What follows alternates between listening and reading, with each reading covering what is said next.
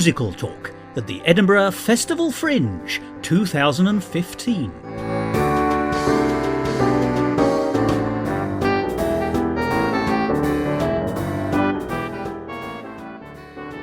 Hello and welcome to another edition of Musical Talk. I'm Thos Ribbits, and someone genuinely said to me this week, "Oh, I didn't recognise you without your top hat." And in a way that's entirely appropriate, because today we're going to be chatting to somebody who wears a number of different hats. He's written plays, he's been a musical director, he's been an actor, he's been a performer, he's been a pianist, and he's also been a reviewer.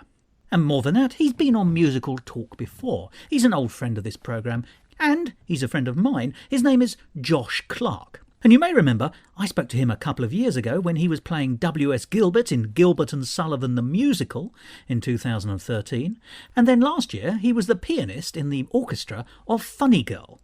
And we discussed that and a number of other shows on an episode of Musical Talk. Well, this year Josh was up at the Edinburgh Festival Fringe in a reviewing capacity. He was reviewing for Broadway Baby. And if you get the chance, go and have a look at his work. It's all been published online. Just type in Broadway Baby Joshua Clark, and that's Clark with an E at the end. And amongst his reviews, you'll see his thoughts and feelings and opinions on Speech Mark's straight plays, but also musical theatre in Edinburgh. And of course, it's going to be his musical theatre reviews and his wider thoughts that he wasn't able to put pen to paper about that we're going to be talking about in today's episode of Musical Talk. Now, as you'll hear in the conversation, both he and I make reference to an interesting article in The Guardian newspaper by Lyn Gardner. Now, she made the very interesting observation, and I think there's a great deal of truth to it, that actually the 5-star review process, which is really embedded in the Edinburgh Festival Fringe review culture, is not always helpful. And it's certainly true that a 5-star review in Edinburgh at the Festival Fringe would probably not translate to a 5-star review anywhere else at any other time. There is a sense of a bubble and inflation going on. And we're as guilty of that on Musical Talk as anyone else, I think. Edinburgh has to be reviewed on its own terms. Lyn Gardner argues that actually the star process is probably unhelpful at all, because whilst it rewards experienced performers, those people who have a great deal of potential, but maybe haven't been able to put that into a show on this occasion, suffer from it. There's nothing more demoralising than only getting 1 star for a lot of work. And don't forget, no show goes up to Edinburgh unloved by its performers and creators. Whether it's loved by the audience is a different matter, but they've all gone with the expectation of trying to do their best. Now, Lyn Gardner also acknowledges that the star rating system isn't going to go anywhere. She just wanted to get the debate going about negative reviews. And actually, it's something that Musical Talk has wrestled with over many years. Certainly over the near decade that we've been in existence, we've tried to develop our reviewing stance. As you know, most of our episodes are actually about the creation of musicals, the nuts and bolts of what it is to put a show on, to write a show, to be in a show, all those aspects of musical theatre which help illuminate what you're seeing. But we do, of course, also review shows.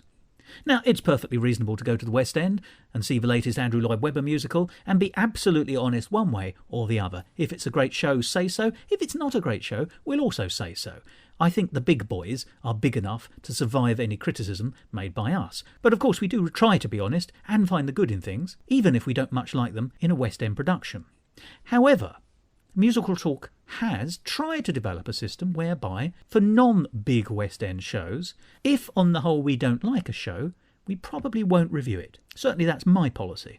I was talking to John Hinton, the person behind the Science Trilogy musicals, the 3 musicals about titans of science, and he was saying that he once read an interview with Stephen Fry, who said one of his biggest regrets was writing an eviscerating review early on in his career, and I can understand that. So, on the whole, I try only to talk about shows that I've liked, or at least have something in them which is worthwhile. So I always try and look for the positive, but that isn't always possible. I have seen some absolute clunkers of shows in my time, but you won't have heard about them, certainly not by name. I do drop in the occasional anecdote, but certainly I don't name the people or the show behind it, because I don't think it's fair. As I say, every show is loved by its parents, if you get my drift. But this episode of Musical Talk is slightly different again. Usually I meet people behind shows and talk about what they've put into that show to make it what it is. Today I'm talking to Josh Clark, and he and I are in a much more reviewing capacity. I went to see a number of shows that he had also seen, and so we sat down together just to chew the fat about them. And that means that there was only a limited number of shows we could discuss, some of which were excellent, some of which were less excellent, and some of which we disagreed on.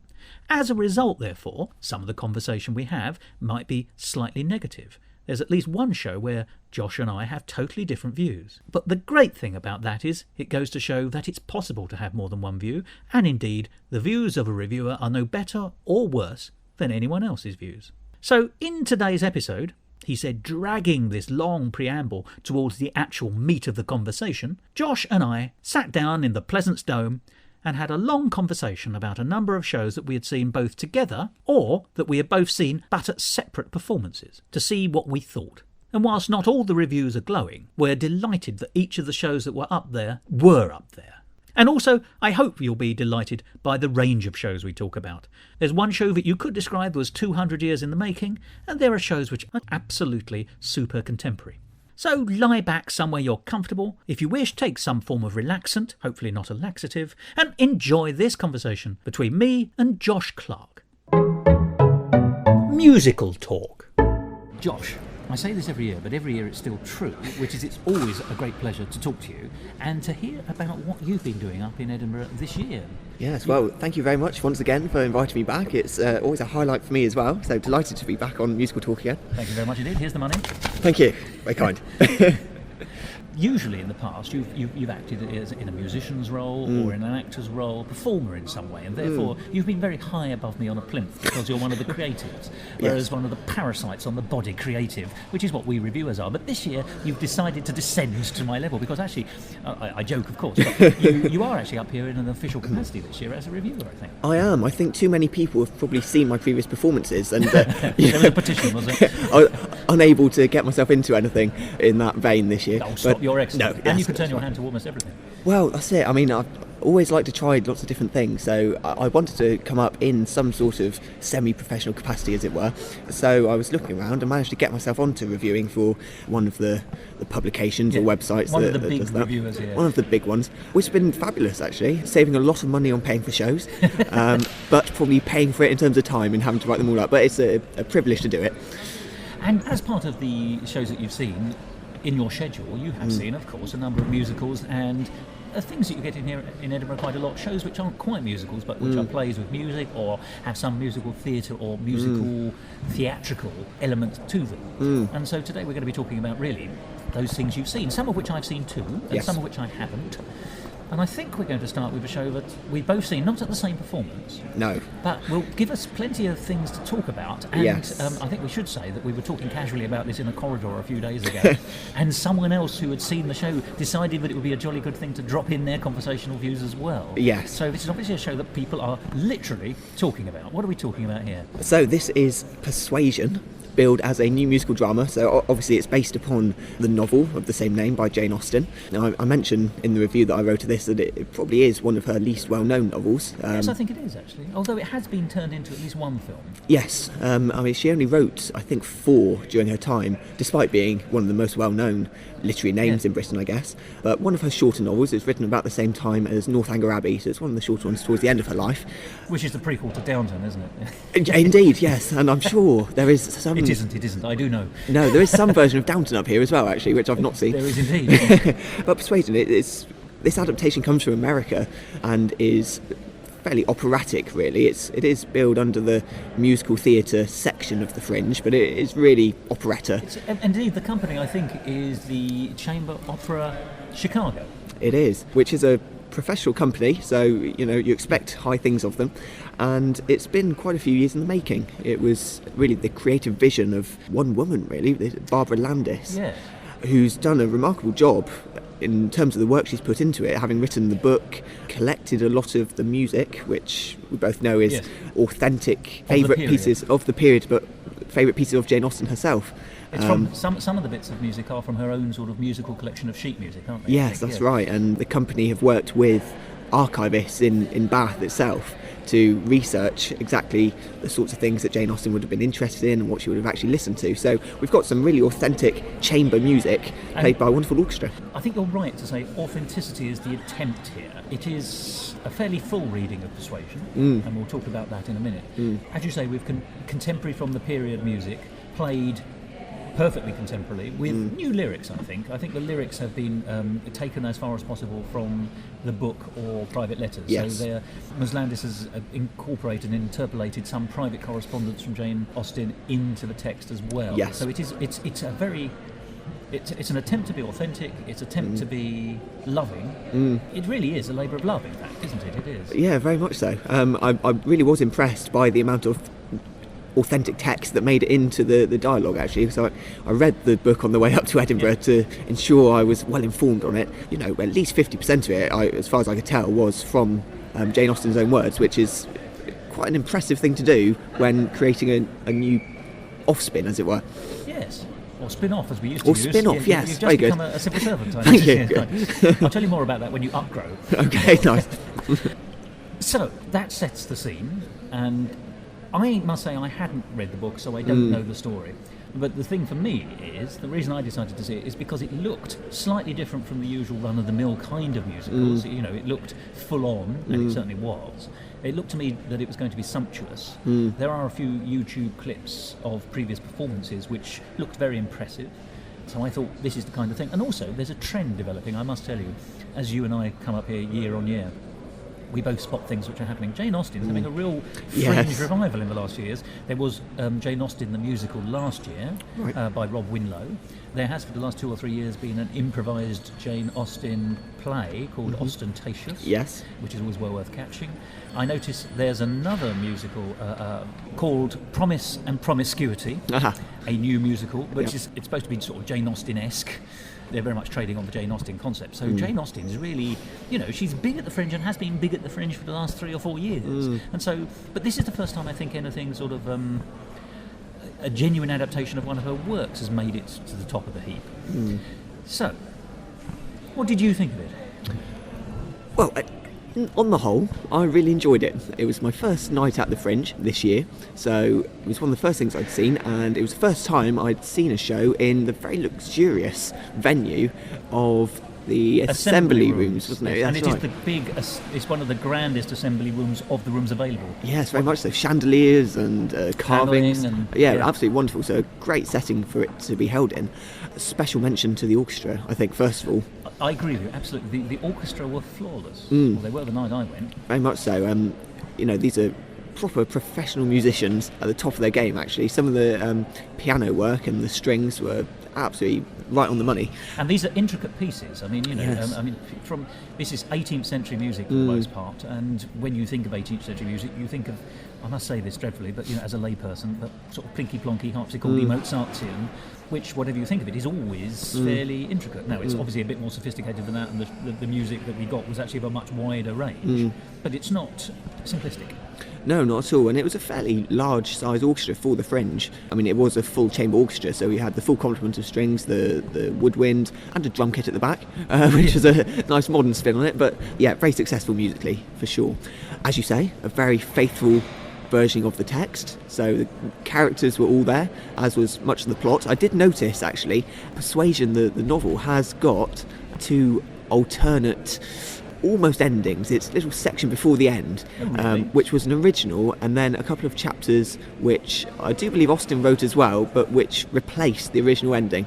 So I think we had the original versioning here, because I got a little bit lost at that point and then realised this must be the version that I hadn't read on the way up. Oh, right, okay. So just a little point of interest there, but very well acted in the main. Yes, I'd say so. I mean, it was an enormous cast. Yes. I mean, I'm going to put my cards on the table and say that I found there was very much to admire, slightly less to like. And we'll talk about that, the reasons for that in a minute. But the things that really stuck out for me as excellent were the music, absolutely. It all felt authentic. It added to the authenticity. The fact there was a cast of about 30 people, and they were wearing different costumes throughout. You know, so the seamstress has done an amazing job, really had as well. there was plenty of action on the stage, and it was a big stage to fill. Yep. There were projections, very cleverly used, which I thought actually were very effective. So Yes. I don't mind modern stage technique even in a Speech Marks Authentic show, because I don't particularly want to see a show as it would have been done in the 18th century. And so that was fine, but that really gave it scope. It has the scope of a novel, the ambition and scope of a novel, because you're in Lyme Regis, and you're in Bath, and you're elsewhere, and you're inside a stately home, and you're outside a stately home, Yes. and wherever you are. So that was absolutely fantastic and world-making. I like that. There was a world was being created. I liked the actors who had the confidence to play with their roles. The chap who plays the baronet, who gets into financial difficulties in the beginning, which sets off the whole stream of events, was enjoying himself. Yes. And as a result, I was enjoying myself too. And I think we should talk about the Irish dancers. Absolutely, yeah. Because, and once again, this was in the programme notes, it was researched in the sense that at this time in British history, Ireland was part of Britain. There were Irish sailors and soldiers, and there's a very strong nautical element and navy element to this story.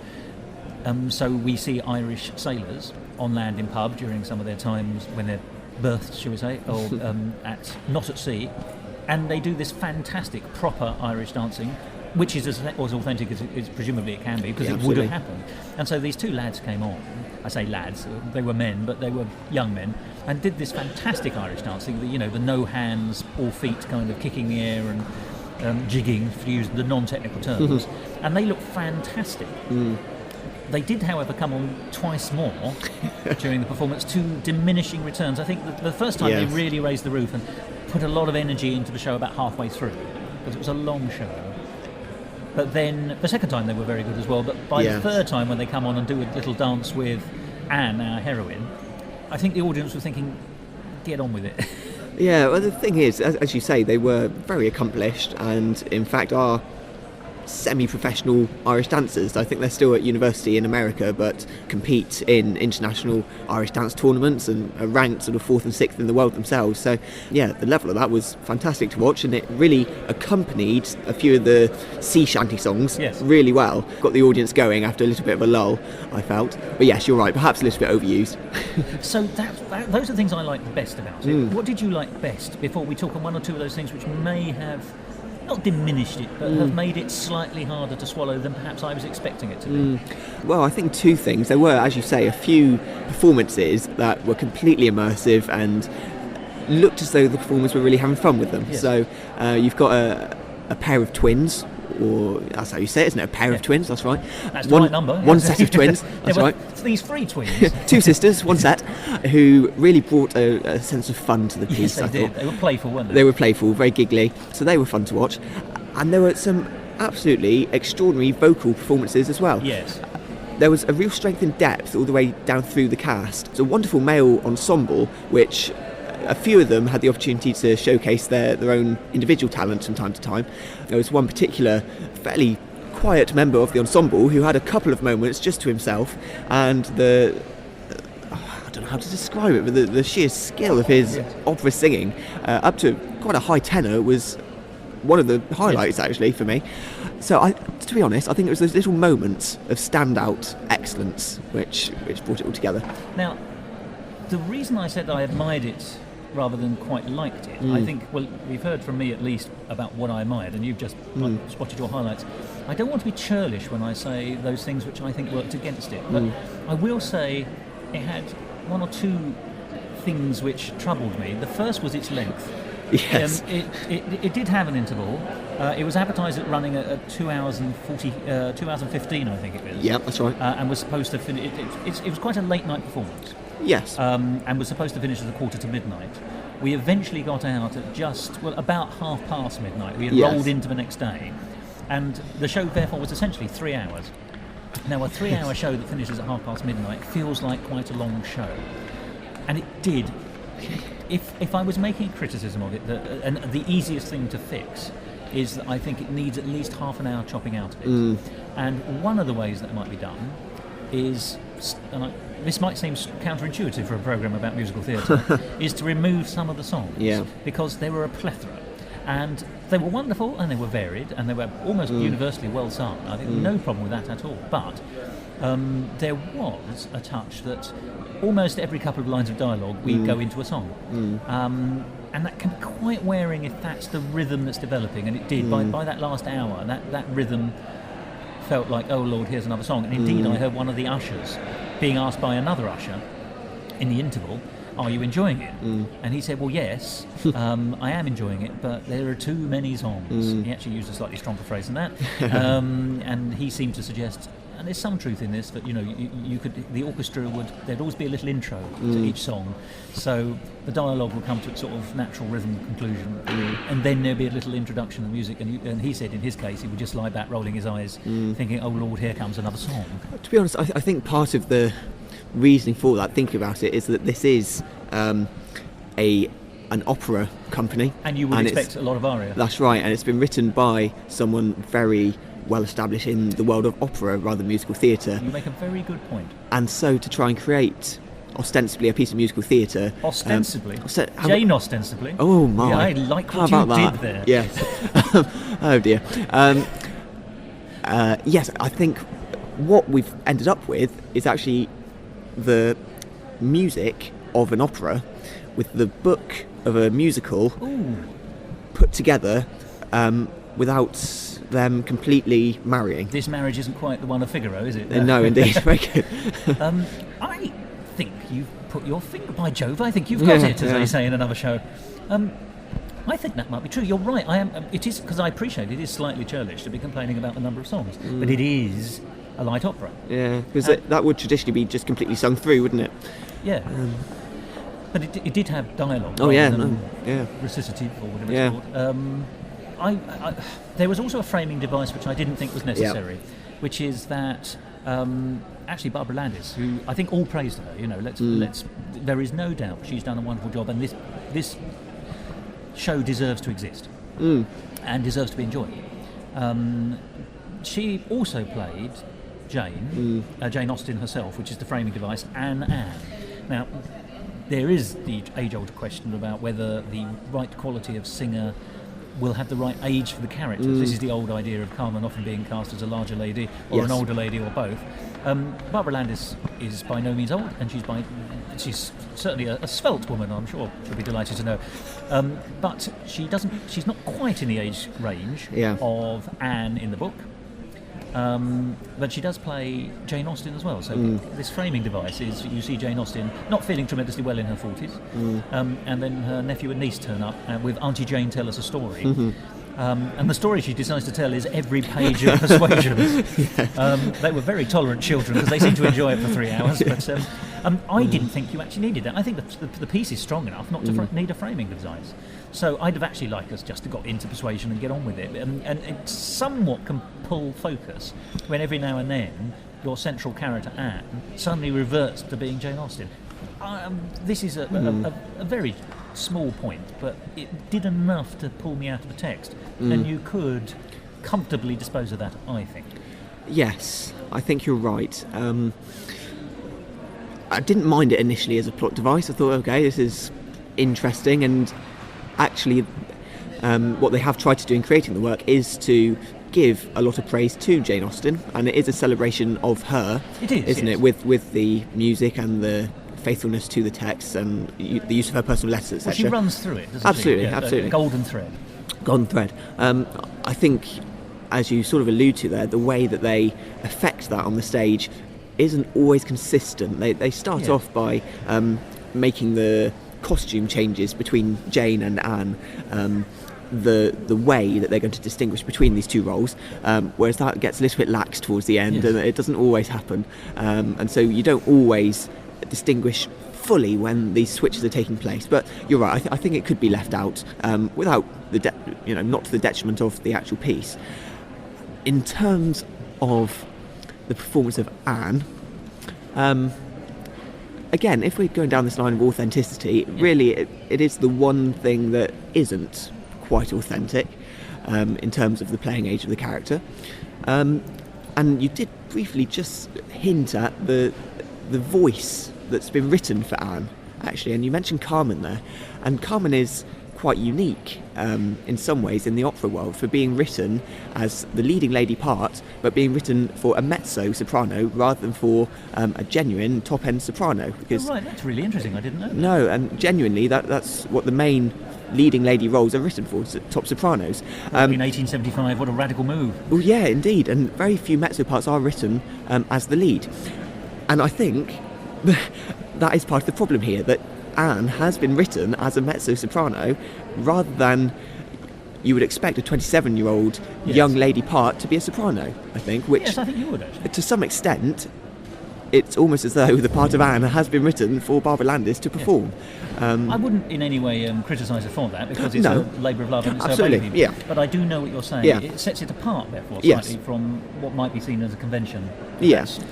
And a mezzo song isn't quite going to reach, or it will do so in a different way, the emotions of a very high register soprano song. It's always going to have a slightly different feel. That's you make once again a really interesting point there, I think.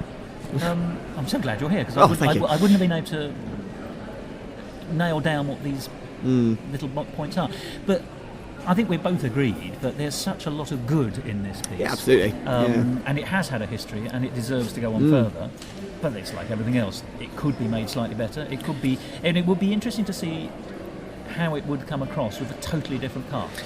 Yes, I if it escaped the group for whom it was written. yes, I do think though it's probably going to, for its lifetime, going to have a mainly professional run. It would be a very difficult piece. It would indeed. To take out of the professional world, but perhaps that's a good thing for it, that it's always going to be given a similar treatment in terms of the high production values that we saw here, which is not a bad thing at all. Now, the thing we have to remember about Persuasion and the story of Persuasion is it's post-Napoleonic War. Yep. And so it is actually, quite a lot of it is about meeting military people, mostly Yes. naval people. But it is very much the coming out of a war. The next show we're going to be talking about is quite the reverse of that. It's the build-up and beginning of a war, in this case the war to end the wars, which didn't, unfortunately, which is, of course, the Great War, the First World War, very much in vogue in theatrical terms at the moment because of the centenary, still ongoing. And that's a musical show called Poppies. Yes. Now, we both saw this, but once again, different performances. I'd very much like to hear your take on it, and then we'll hear mine, and then we'll see if there's any difference or agreement. Yeah, so we have held off discussing this between ourselves. We have. We don't know what we're going to say. No. But I'll certainly set my stall out and say that this has been the best musical theatre show I've seen at the Fringe this year, by quite a long way, actually, in terms of my enjoyment of it. But no, it's a really well worth seeing piece, and I intend fully to go back and see it A second time? yeah, in a non-professional capacity, as it were, at the weekend. A new piece by a fairly young company. It's Music Box Theatre Company. And, well, yeah, that's my initial view. What do you think? Well, I'd like to... Could you briefly describe what happens? Okay, without ruining the storyline. Yeah, sure. Well, let's set it up. essentially it's the story of a group of friends at the start of the First World War, I think It's the summer of 1914. Just before the declaration of war. Yes, that's right. And they are a young folk music group, which, a central conceit is that they are all actor musicians. They all are preparing for a town music festival. Yeah, it's their summer fete, in fact. Summer fete. Yeah. And the basic plot point is that they all get taken away from each other in certain capacities during the war, and it's the effect of these broken love relationships and how they might be repaired by the end, I suppose. Now, for a First World War musical, I thought it was somewhat unusual because it fell into the... I don't know how to phrase this. It did what most musicals attempting to cover the Second World War do, Yes. which is it addressed the home front as well as the military front on the continent. And so we have the men basically go to war, and the women, at least at first, stay at home and toil on the land. They seem to be running a farm, as far as I can see. Women then volunteer to become part of the VAD, which is basically the Red Cross kind of thing. So they all become nurses on the front. And then they go over, and it's because of their longing and lamenting, and of course people are in danger, and we won't ruin how it ends in case people do get a chance to see it. But usually First World War things are about the trials on the front and the waiting to go over the top and that kind of thing. They very rarely refer to the business at home, whereas the Second World War, that's very much what nearly always happens in the Second World War musical. Now, I must say, and this is a question I've grappled with in musical talk for some years, that we know there are great World War I songs. There's a huge cultural outpouring from the First World War, and there are great musicals about the First World War. Oh, What a Lovely War, exactly, being a fine example, and great drama as well. But there's less from the Second World War, and I've never been able to work out why. And I have come to the conclusion over the years that actually it's because the First World War, quite wrongly, but is popularly remembered as having one focal point, which is the trench warfare. I mean, it was obviously a world war and there was a lot more going on, but that's how it is remembered. That is where the drama has come from, and it's a very simple and awful situation, so it breeds drama like nothing else.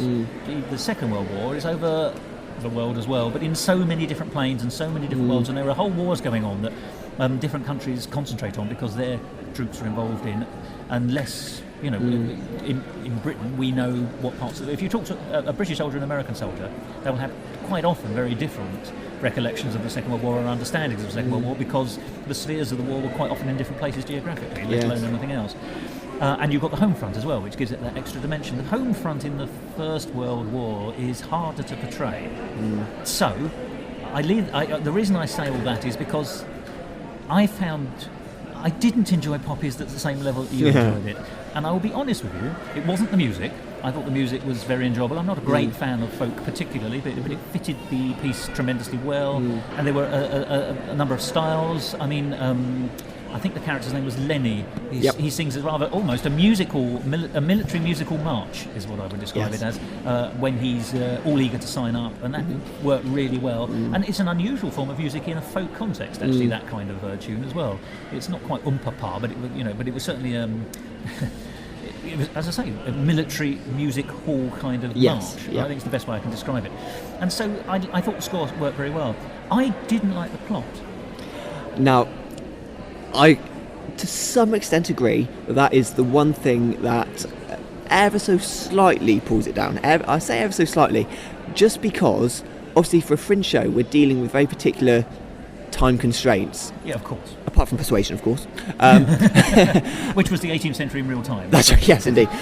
Which, I do agree, led, I think, to maybe some rather implausible tyings up of certain plot points. So the idea of the three young ladies signing up as nurses and then being almost instantaneously reunited with their three men was a little too convenient. Also, as one was in hospital, but presumably the two others were back at the trenches by then. I didn't quite understand why they were allowed to hang around. Yes, I know what you're saying, and I did take that into account, but I don't know, maybe I was just too blinded by my enjoyment of it to really... You mustn't... No, your view is exactly fair, and my view is also fair. It's just that we obviously tackle musicals from a very different point of view. And I do look quite heavily at the book. Let me just line out one or two of the things I had trouble with. And the principal thing I had trouble with was I simply couldn't make the timescale work. Okay. Because what it felt like was...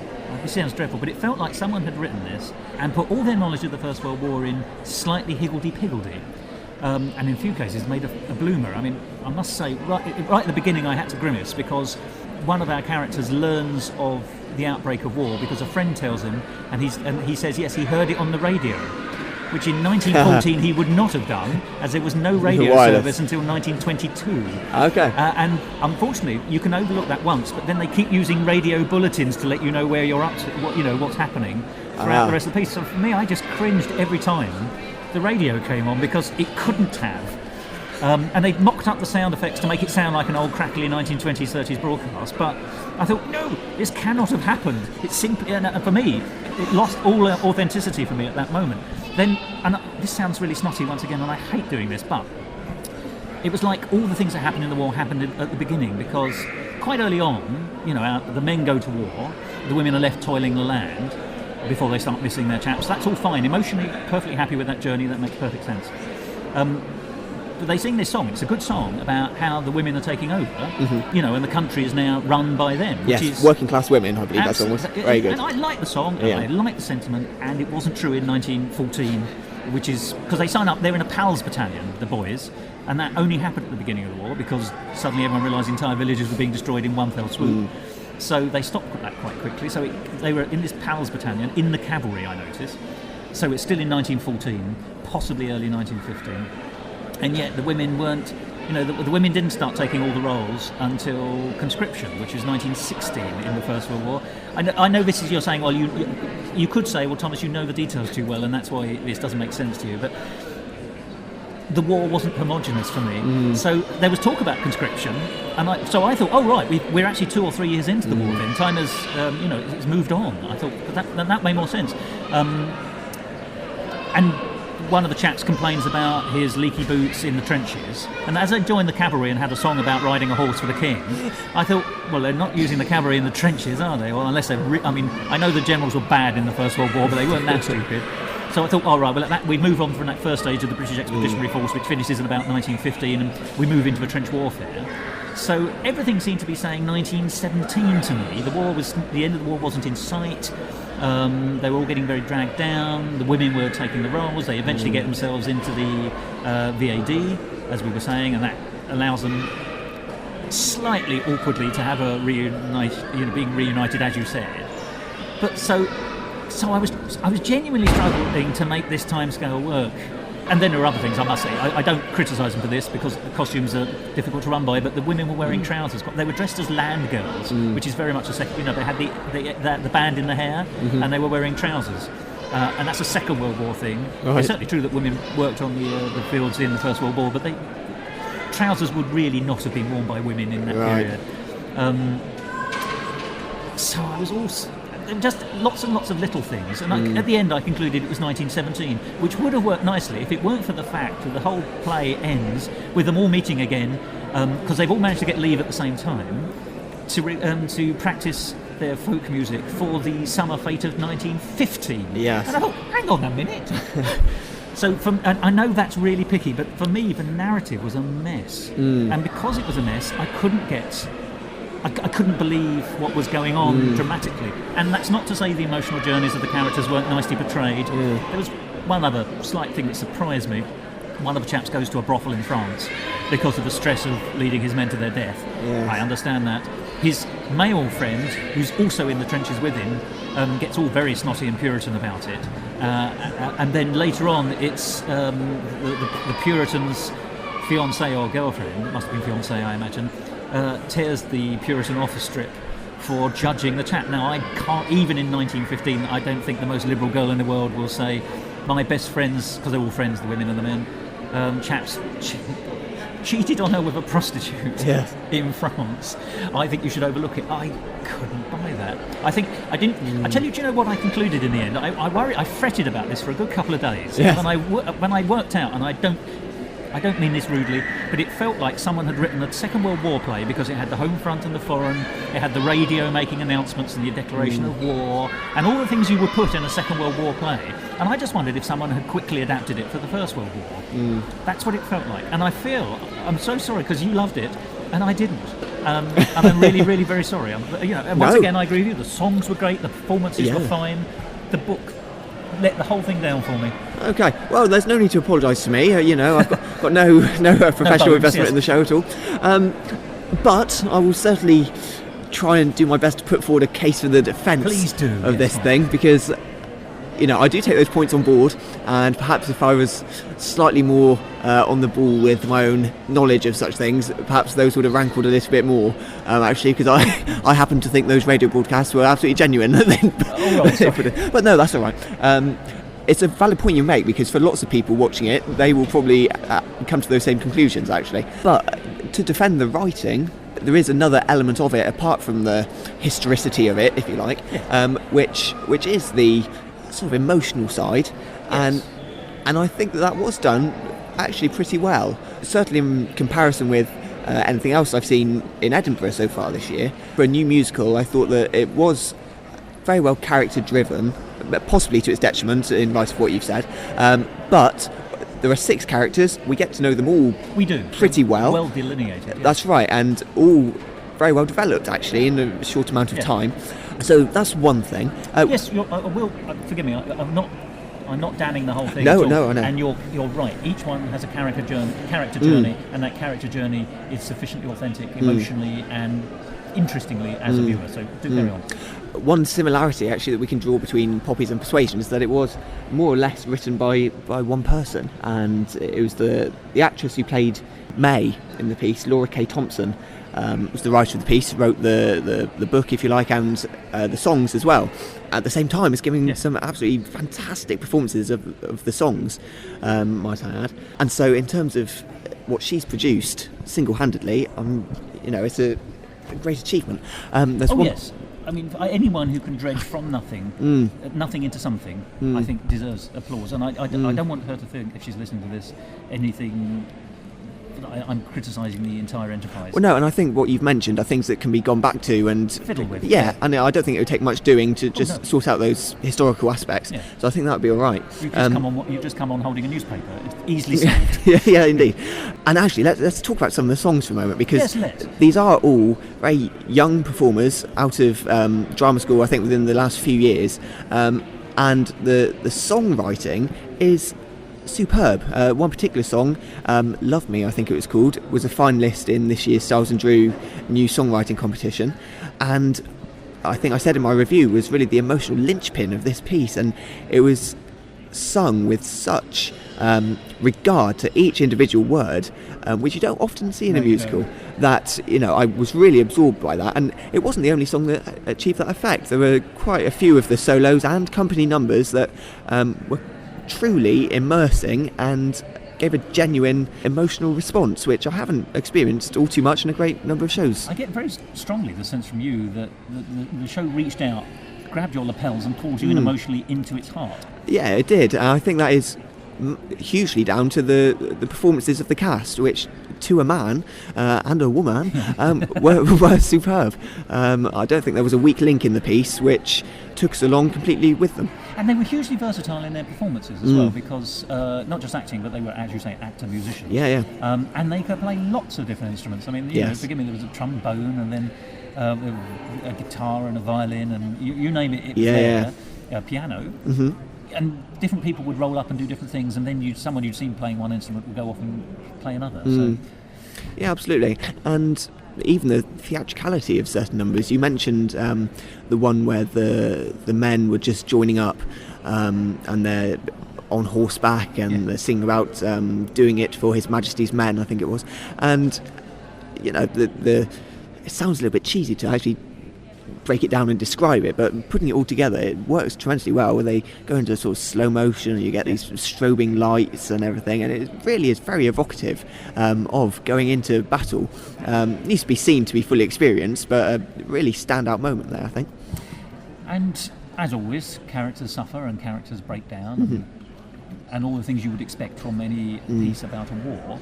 And that was nicely portrayed. As you say, the emotional journey for the characters was fairly strong and well performed. So I am fully aware that I feel I'm kicking the carpet, but the building standing on top of it is quite sound. Yeah, very much so, very much so. As I said before, I'm going to go back and just enjoy it again as a paying spectator in a few days' time. I'm very much looking forward to doing so. I think, as you say, it probably is still a piece in development, so whether or not we get a chance to see it outside the Fringe at some point, I very much hope we do, and perhaps there will be a few changes that you've mentioned here. Well, let's see if it does move on. I mean, forgive me, it's a show I think people should see. I'm not saying they shouldn't. I'd be very interested to know what people think. And I love the fact that you and I have gone to see the same piece and have come away with differing views. But that goes to show that, you know, music. We all appreciate musical theatre in very, very different ways, and we all have different. We all have different interests. I mean, forgive me, sir, you are a man with great musical skills. Thank you. And you are. I'm not just saying that. I've seen you perform in real. You know, you have been in orchestras and things like that. And you know, forgive me, you taught people. You know your music, and you bring things to the table which I simply can't. Therefore, I find solace in words, whether that be book or lyrics. And so, you know, you and I are always going to eat a pie from a different side. Yes, I'll be the Sullivan to your Gilbert. You know. Even though you've played Gilbert, that makes perfect sense to me. Yeah. But for sure, Music Box Theatre, one to watch out for, because I think they do specialise in new musicals, and if this is very early knockings of what they're going to come up with, I think, you know, bright things ahead for the future. I know. I'd just like to move very briefly onto a show which I rated very much, and I saw immediately after Poppies. In fact, I tried to place them together in my schedule. because they seem to me to be bookends. And this was called Untold Wars, Right. Which is a new verbatim musical, and it takes stories which are either not well known or have been researched especially for this piece, and sets them to music, in the style of a verbatim musical, which seems to be a new genre coming to the light. Thank you to London Road, which has really sort of laid the ground for this, both the National Theatre production and the more recent film. And there's at least 2 verbatim musicals up here in Edinburgh this year. I've only got to see one. Now this was a very different kind of piece. It covered all wars from the First World War right up to the current period, and portrayed the words which had been found in different ways. Sometimes they were just read out with music in the background, sometimes they were set to music, there was lots of choreography. And the cast were in constant motion, more or less, because they were dressed as soldiers, men and women, and they acted as soldiers. They were rolling around during sound effects of guns going off. They were doing drill. They were being bullied by their sergeant major. They were having their psychological training as well as their physical training. There's also the brutality of war as well as the nobility. If you pardon those phrases, I use them as shorthand. Obviously, the world is more sophisticated and complicated than that. But when I say the good and the bad, you know what I mean by that. The best that people can be, perhaps, rather than what war makes. Plus the longers, boxing matches when time is down and things like this.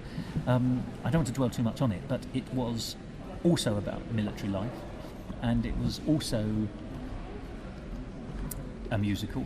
But the thing it didn't have a narrative in terms of a plot from A to B. It was a series of different stories and anecdotes, and so you could argue it's a bit sketchy, but in the sense that it was authentic, you couldn't fault it, and that's the difference between this and Poppies for me, because it was authentic, because it was straight from the people who were in the wars or affected by people in the wars, and I found it incredibly powerful. I only mention that, and I know you've not seen it, but I just feel I need to sort of bookend it, because there are 2 very powerful, in very different ways, shows about war. And they're utterly different. They've taken utterly different approaches.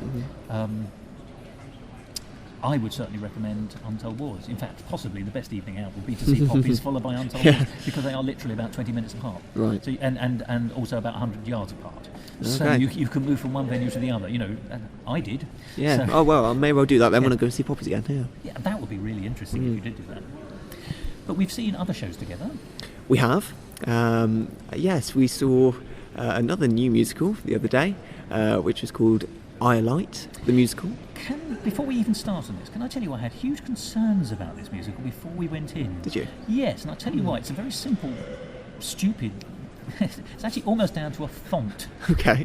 Which is an odd way of starting a story. But obviously, you and I, and indeed everyone in Edinburgh, if you're planning ahead to work out what you want to see, you look online. Yes. Or the catalogue, if you do it that way. Iolite, I-O-L-I-T-E. That I at the beginning could be an out. Yes. And I read it as Lolita. Yes. And I thought, oh my God, I hope I'm not signing up for a version of Lolita. Because although Lolita is a famous book and has been adapted 1,000 times, and is considered in its way a classic, if a slightly strange one, shall we say, in the current climate, I would probably feel uncomfortable going to a musical adaptation of Lolita. And when I saw it, I thought, is this Lolita? And the way the blurb was written, it wasn't absolutely certain, but it wasn't. It was about a young girl. Yes. Who, it turns out in the plot, grows up and ends up in a kind of love triangle. She's not in a love triangle when she's a girl, but the blurb does not make that absolutely plain. Yeah. And so I went in thinking, oh, I do hope we're not accidentally going to stumble in on Lolita, because I would, and I don't know why. It's interesting, isn't it, psychologically, why the cultural situation that we find ourselves in at the moment, and the political situation at the moment, would make something like that feel awkward. But it does. Yeah, sure. Yeah. But it wasn't that at all. I No, just wanted to lay that down before, because that had been playing on my mind before we entered. Yeah. We didn't get Lolita. No, we I'm pleased to didn't. say. No, we very much got Iolite.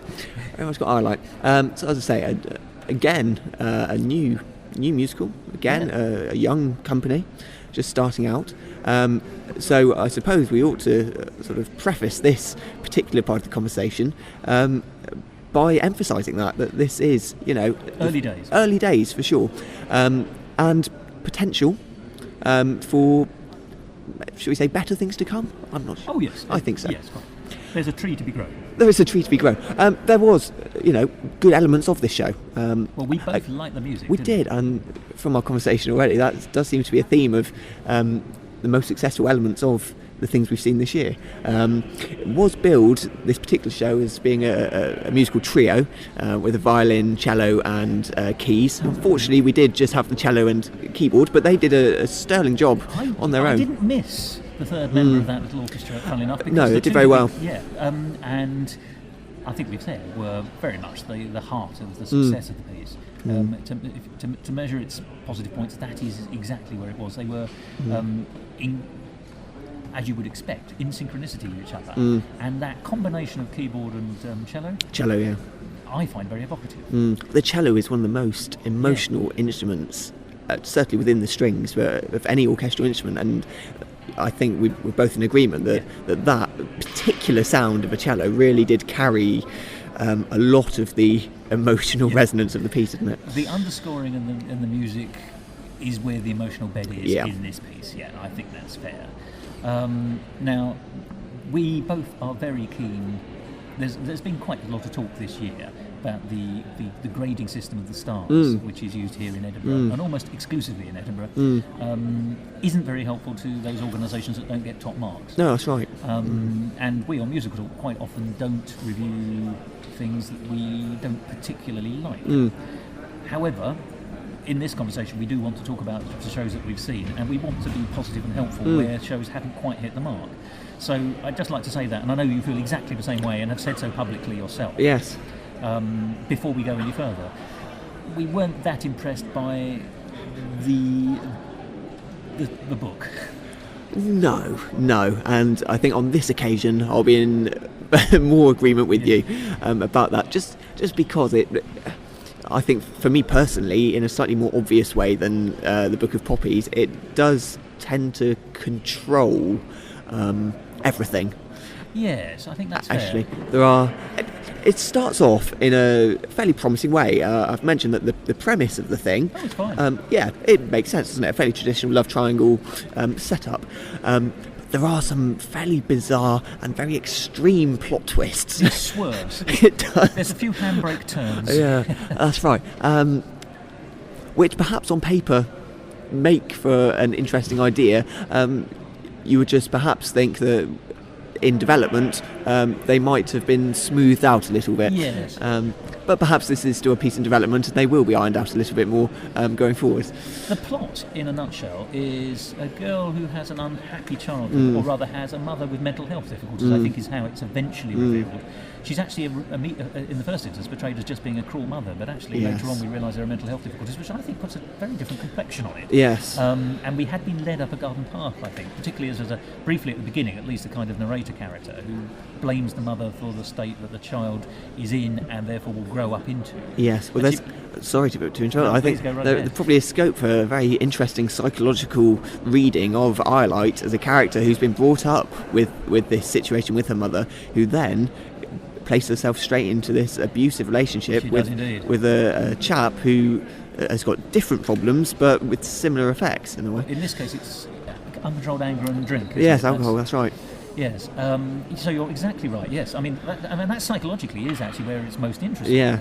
That actually, she doesn't take herself to a point of safety. She takes herself to a point of danger, and that is something that happens in real life, shall we say?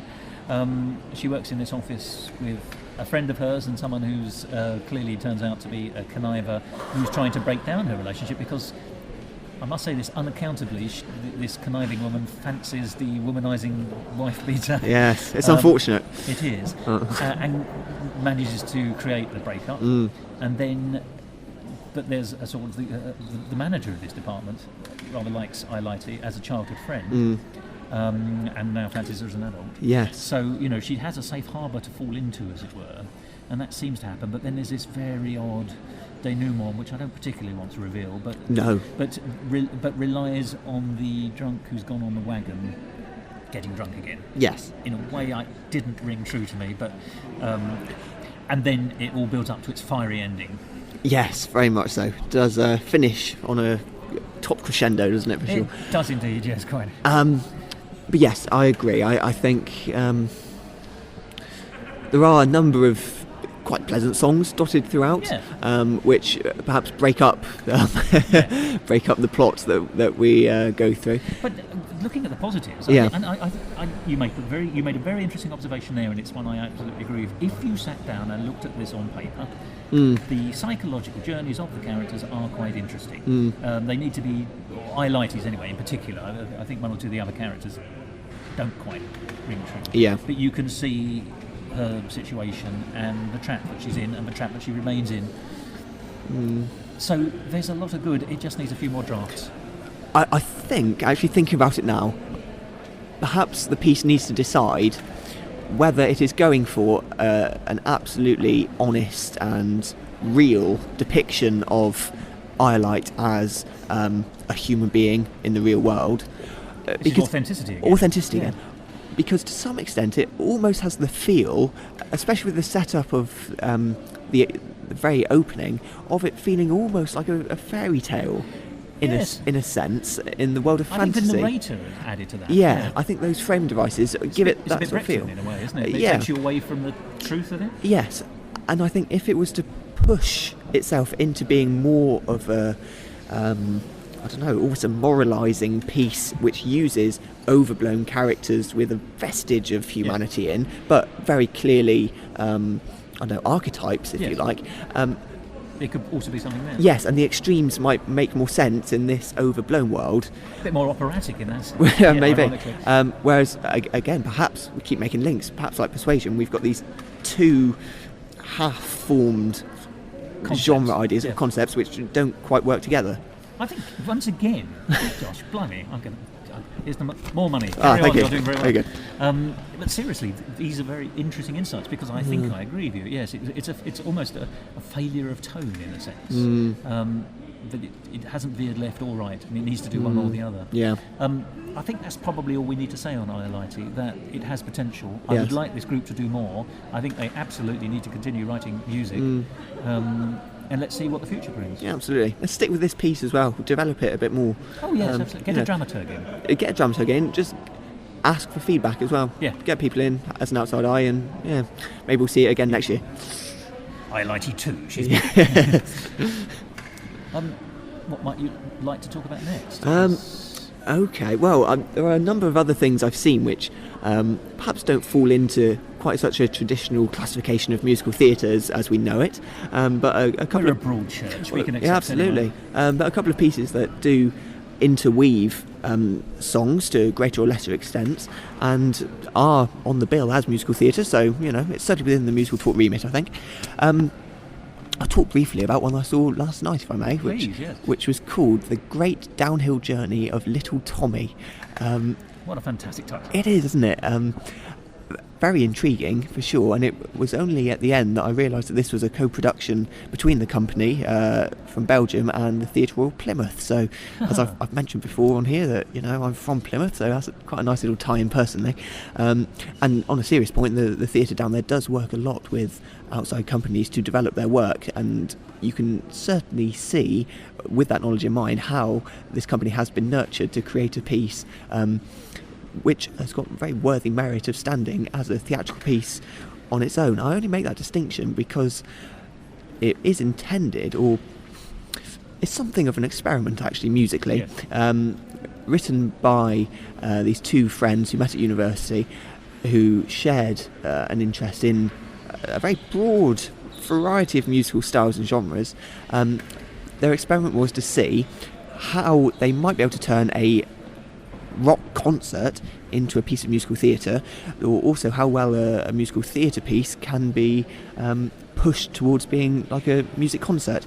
This is exploring those thresholds and boundaries, isn't it? And definitional as well. So it's actually, I don't want to get too poncy, but it's an existential exploration of musical theatre. Yeah, absolutely. And that notion is furthered in the piece because you see on stage the musicians playing around with their instruments, fiddling around with the electronics of the workings of them to create very particular sounds which suit certain pieces. Because this great downhill journey that little Tommy goes on also charts the way that the performers go through a whole variety of different musical styles. And the music radically does shift throughout. We have a number of quite traditional ballad-style songs, where a mother character, all played by men, by the way, laments the disappearance of her little Tommy. But then there are moments where we get some very dark characters, a hunter in the forest, where the instruments are still used to their full potential, but not traditionally musically, if you like. So we've got the excellent percussionist with his drum set who whips out a string instrument bow, a violin bow, and runs it down the side of his crash cymbal to create a sort of screeching, eerie sound to put us in the heart of the forest with we don't know what's all around us. We've got the guitar players fiddling, electric guitars fiddling with the amplifications and some sort of warping device which creates a very otherworldly atmospheres and are being used to create atmosphere rather than to put across a song. Can I just briefly interject here? And forgive me if I'm getting the name of the composer wrong, but isn't there a William Borkham piece, which is, I think it might be called The Serpent, but I'm not absolutely certain, which is, it's a piece of light modern classical music, if you like, but and it's played on the piano, but it involves also beating the box of the piano in order to add percussive elements to it. Yes. It's not quite the same thing, but it is using the instrument beyond its original intention. Yeah, absolutely. And you do see it from time to time at the Fringe. It's just reminded me that one of the most interesting things I saw last year was not even in a theatrical setting. It was a street performer on the Royal Mile who was playing the violin, but there was no violin. It was a carpenter's saw, if you like, but he was playing it with a bow. A singing song. Yeah, and the sound that was created was absolutely incredible. But it's a similar concept to what was going on here. Not all the time, might I add. There was some a very loud opening, almost screamo punk piece, and I really did fear for the larynx of the singer for the rest of the show.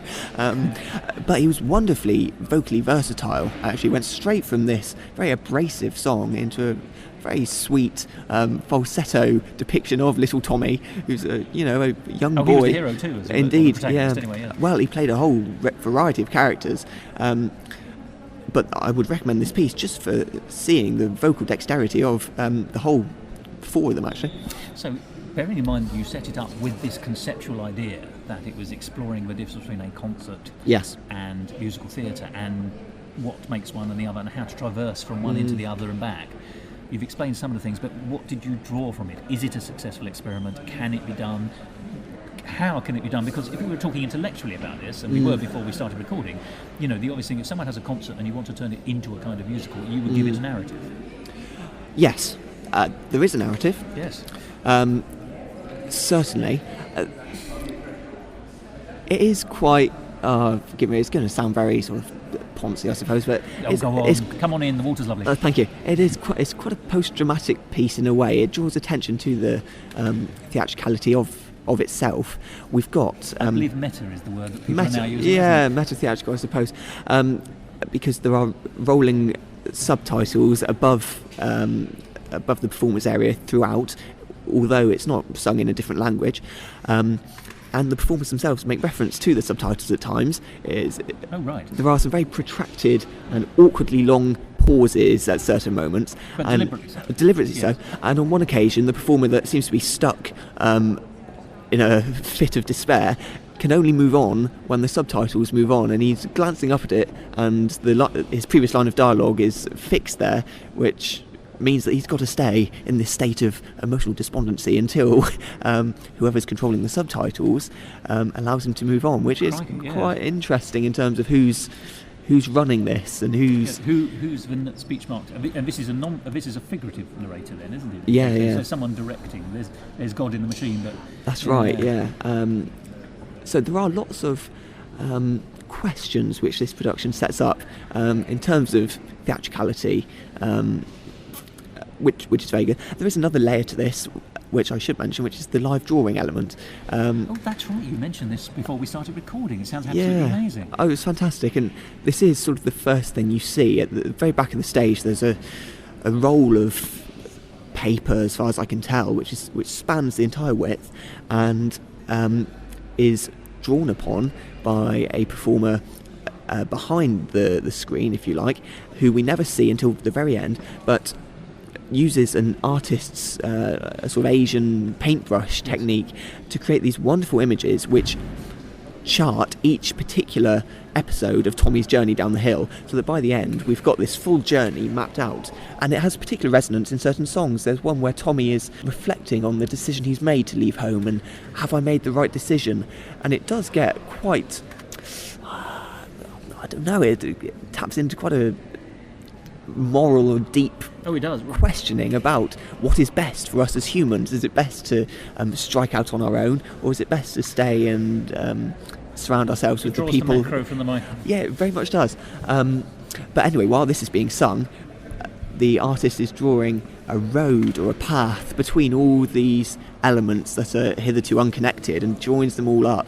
And again, it's another thing that needs to be seen to be fully experienced, but it does create a lot of sympathy and a very quiet moment in amongst a lot of very loud, energetic, electronic musical pieces. It's almost as though the illustration illustrates reflection and the reflective ability of our hero, which stems from and comes out of the actual experiences which might be large and grotesque and life-changing and difficult. So you've got the difficulty and rumbustuousness of real life and the introspection and inner life of the character illustrated by the diagram. That's the way you're describing it, at least. Yeah, no, I think that's right. People going to see this shouldn't expect a traditional piece of musical theatre. No. They should be prepared to come away with a lot to think about and a lot of questions about what theatre can do, I suppose, in a way that often we limit ourselves to being satisfied with a linear narrative with a few nice songs to colour it along the way. But this really does push the boundaries. It's a very exciting piece. One that should be seen, whatever your opinion might be in the end, actually. I tell you what, I'm getting slight resonances with Urinetown, but in a very different way, because Urinetown is also on the up here at the moment, and a very good production by the Royal Scottish Conservatoire. It's their big feature piece this year. And if you know anything about Urinetown, it's at one level it's a perfectly standard Broadway or off-Broadway musical. You know, it follows all those conventions, but at the same time, it tries to deconstruct itself. And the way it chooses to do so is it takes two characters out of it who come out and talk to themselves and to each other and therefore to the audience, drawing attention to the cliches, tropes and memes of musical theatre. Therefore it sort of intellectually disassembles it. But what you've described is is pulling apart a clock in public. So actually it sounds to me as though they're showing you the cogs. So whereas in Urinetown they point it out, but it's very much a comic exercise, and it's a distant exercise, as in it's explained to you, so it's passive. Here, your performers are drawing you into the action as they should, and showing you the works of the car as you drive along. Yeah, absolutely. But you do not lose some great characters. Bizarrely drawn characters, but very interesting ones to watch. And I mentioned it before, the versatility of the four performers is wonderful. There's even a song sung by an older female lady, but of course it is still one of the men. And I found myself wondering, is it right that it's a man singing about the trials and tribulations of a woman, and yet the way he does it actually does connect on some sort of level which seems to make it okay. I know I'm sort of speaking in riddles, but it's a difficult thing to explain if you don't actually see it, I'm afraid. But also, if you're if you are looking at the parts of what makes something a concert or theatre or whatever it is, then actually sometimes you can draw things out by inversion anyway. I mean, on a simple level, the musical Xanadont, which is up here in Edinburgh, merely takes society, turns it on its head, i.e. it's a complete inversion, and that allows you to satirise and poke and investigate the current society through a distorted mirror, I suppose. This isn't quite the same thing, but it seems to me that if you're looking at the nuts and bolts of what makes something what it is, actually by changing an expectation, you can then, a man as a woman, a woman as a man, you can actually see what it is about the part rather than the person that makes it what it is, perhaps. Yeah. Well, there are theatrical reasons why it can be valid. That's right, yeah. I believe that the company has got a website. We were offered to buy their concept album, because this is how the show started, actually. They had a concept album of music, and you might be able to find it online, but it's well worth having a listen to, I think. It's something very different. And one other show that's tweaked your interest Well, give us a title and see if Okay. we'll work out the resonances from there. Yeah, well, I think lots of people will get the general idea from this title, which is My Beautiful Black Dog. And if anyone knows anything particularly about Winston Churchill, That's right. It's about depression, isn't it? It is about depression. So Winston Churchill had depression. I don't know how widely known that is, but he referred to his depression as his black dog, didn't Yeah. he? So in this piece, it's written and performed by a performer called Bridget Aphrodite. Which is a fantastic name. It is, isn't it? I know. I really hope that's her real name. And she refers to her particular depression as her beautiful black dog. It is really. It's billed as performance art slash musical theatre, and I think that, to be honest, the emphasis is on the performance live art aspect of it, but that is actually entirely suitable for what the piece is about. It is a piece about depression. It's autobiographical. There is some difficult material in there, of course, but I think it is very important viewing for people who have gone through similar things to the performer. It's very enlightening in terms of what sufferers of depression go through, and in terms of the mistakes that well-intentioned people around them actually make in terms of trying to deal with sufferers of depression. So from my point of view, obviously I've not been through it. I do know people who have, and so for me it's very educational while still being entertaining. Actually, I think it's important to mention that element of it is not overlooked at all. It is a good fun piece. There are some absolutely crazy songs. No, it's not a lecture, and sometimes you see pieces around this sort of topic which are quite didactic and almost self-pitying in a way, and this strikes a very fine balance. It never goes into that realm of being over sanctimonious, if you like, which is entirely to its credit. Or painfully worthy. No, or painfully worthy. It is a good fun piece. I saw an interview with the performer on another platform yesterday, and she revealed that generally she sees herself as a very happy person, very upbeat and positive, who just happens to have gone through a period of depression. And I think that definitely comes out. She is very engaging, very likeable, and the story that she has to tell, because of how well we engage with her, becomes all the more tragic, if you like, but ultimately hopeful that she has been able to, I don't know if fully come out of it, but at least deal with it to a certain extent. She has her coping mechanisms. Yeah, absolutely. So what are the music elements of this? So again, it's music that's all been written by the performer, and if I'm right in saying so, I think a lot of the songs were written prior to the idea of a show being put together, because I think she found some solace in writing the songs. Oh, I see, right. So they're an outlet for her. Yes, and indeed. then you can see perhaps, or the creative has seen that there is a connecting, well, there isn't. She is the golden thread in her own story. That's is she right. not? Yeah, that's right. So the narrative almost writes itself to link these songs together. A lot of the lyrics come from language and a vocabulary that is unique to the performer. And we're given a glossary as we go into the show, which define a lot of these words like miserability and crescendorious. The personification of a crescendo, I like that. Yes, and that is actually the name that Aphrodite gives to her own black dog. She calls it Crescendorius as a way of accepting it as part of who she is. And it's funny because there's also a kind of classical history connection there, because if you know Cerberus, the two-headed dog, yes, in front of Hell, I mean, in a way she has a two-headed dog, doesn't yes. she? She has the black dog of depression, but she also has this cheerfulness about her. So, and Crescendorius it just sounds like Cerberus, or it does to my ear at least. So. Yeah, and there is a song called Crescendorius, which is sung very emotionally, as you might expect. I did mention when I did the write-up of this particular show that she's got a really fantastic voice, and I could have listened to a lot more of it, which, if we're looking at this as a piece of musical theatre, does get a little bit lost, just because I think the emotions of her performance tend to overpower the technical focus of the singing. That's interesting. So actually, if someone else were covering the songs, they might all stand alone, or if she was singing it in a different context, because it's her voice that you're... Yeah, she's got a great voice. I think the songs would be better, different. Could be enjoyed in a different way. Yeah, I think that's a fair way of putting it, because the way they are sung not to actually highlight the amazing songwriting that undoubtedly is there, but it is there to bring out this state of going through a mental health condition. It sounds really interesting. And it's called My Beautiful Black Dog. My Beautiful Black Dog. It's getting really excellent reviews up here, so well worth seeing. And yeah, again, similar to the previous shows, I believe that if you were to search online, you'd probably be able to hear a few of the songs. Josh, thank you so much for sharing your experiences, but also your insights, because if you don't mind me saying, it's easy for one person to have a view on a particular piece, but when two people have discussed it, and I have learnt a lot from what you have said to me today. You've really helped open the door and indeed cast a little light on a few shows which perhaps I might not have appreciated as thoroughly if it hadn't been for this conversation with you.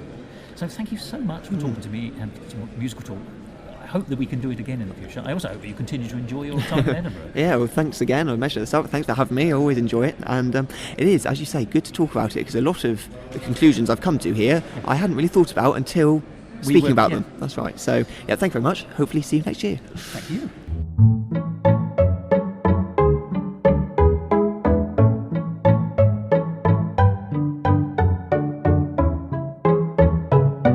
Musical Talk. Well, my thanks as always to Josh Clark. He's a great man and a friend, but also I really value his opinions, even when we don't agree. And as I said beforehand, if you want to read Josh's reviews of both the shows that we've been talking about today and some of the other bits and pieces he saw in Edinburgh, you can do so. They're currently published online. Type in Broadway Baby Joshua Clark. And remember, there's an E on the end of Clark. And you can follow Josh on Twitter too, at Joshua D. Clark. And finally, you can also read some of his musings on theatre in general on his blog site, which can be found at the rather delightfully titled tortoiseinthespotlight.blogspot.co.uk. I love talking to Josh, and I hope to do so again. He's as much a part of the Edinburgh fixtures for me as the shows, and I award him 5 stars. Sorry, Lynn Gardner. Well, it's nearly time to finish this episode of Musical Talk, but before I go, I should just pick up on one of the points in the conversation I had with Josh about the show Poppies, the one that we disagreed on. Now, as you will have heard me say, it felt to me like a World War II musical which had been hastily adapted to become a World War I musical. And I had particular trouble with the anachronisms, most notably being the invention of the wireless a good decade before any service began in this country.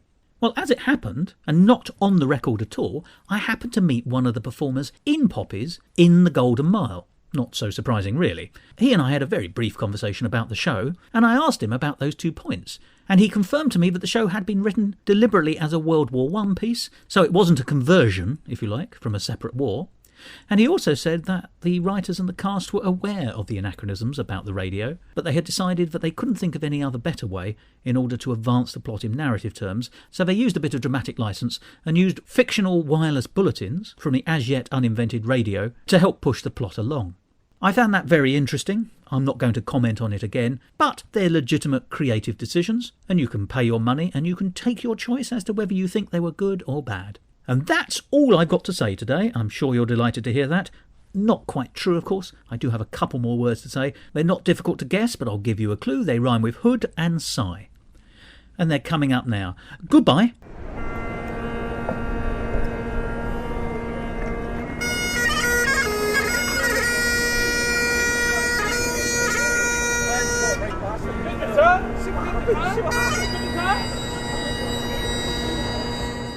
This episode of Musical Talk, edited and presented by Thos Ribbits. Copyright Musical Talk 2015. And don't forget to follow Musical Talk on all your favourite social networks. And follow me on Twitter at Musical Talk Thos.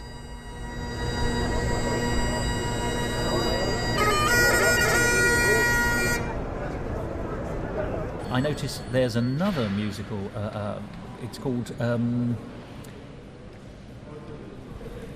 I have to look this up and then seamlessly cut. Sorry. Because I'm seeing it. So I should have remembered. Please don't turn off, listeners. I might cut this bit out, don't worry. Is it turning off? They turned off already. Right.